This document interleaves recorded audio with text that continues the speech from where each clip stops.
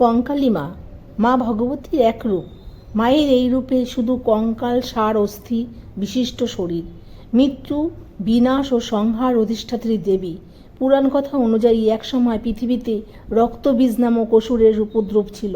এ অসুর বা রাক্ষসরা এমনই ছিল যে তাদের রক্ত থেকে নতুন রাক্ষসের উৎপত্তি। আর এই রাক্ষসদের সাথে লড়াই করতে করতে দেবতাগণ অস্থির হয়ে উঠেছিল। তখন মা দুর্গা তার তৃতীয় নেত্র থেকে এক কঙ্কালসার উগ্র কালীর উৎপন্ন করেন। এই মায়ের এক হাতে ত্রিশূল, অন্য হাতে মুন্ডমালা, চোখ দিয়ে যেন আগুন নিগত হচ্ছে। মা যেন শ্মশানের রানী। তিনি যখন যুদ্ধক্ষেত্রে প্রস্থান করলেন তখন তার হুঙ্কারে সমস্ত অসুরদের দমন করতে থাকলেন এবং অসুরদের শরীরে নিগত রক্ত নিজ গলায় ঢালতে লাগলেন। এইভাবেই মা অসুরদের সংহার করেছিলেন।